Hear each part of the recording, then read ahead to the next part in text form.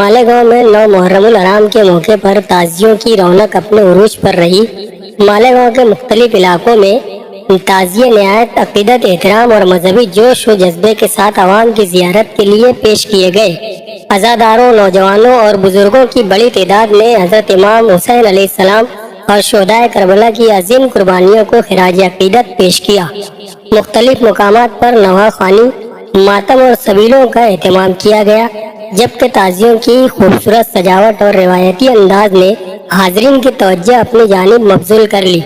عوام کی بڑی تعداد نے اس روح پرور مناظر کو دیکھا اور عزاداروں کی خدمت کے لیے پانی اور دیگر سہولیات بھی فراہم کی۔